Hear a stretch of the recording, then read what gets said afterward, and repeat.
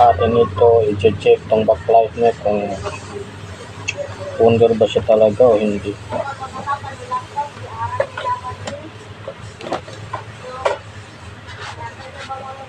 Kung mag-light siya, ibig sabihin nasa backlight driver ang problema nito.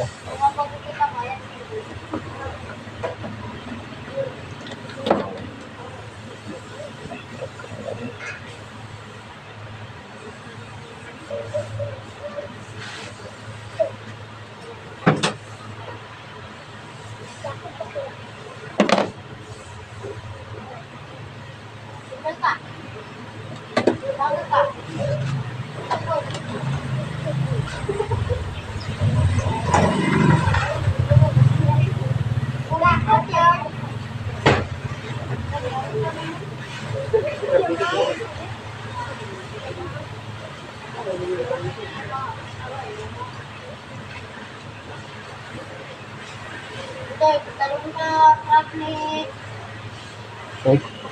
Ay ilaw mga ka-idol. So good ang backlight nito. 31.7 volts. So kagandahan nito mga ka-idol, kung may backlight tester ka, hindi ka na magka-problema mag-backflash ng LCD card. Hindi nag-ailaw ang backlight kasi na-monitor mo dito. So, ang gawin natin ngayon ay dito tayo mag-trouble sa backlight driver niya. Palitan natin itong capacitor ng mga ka-idol. Kahit hindi nag-lobo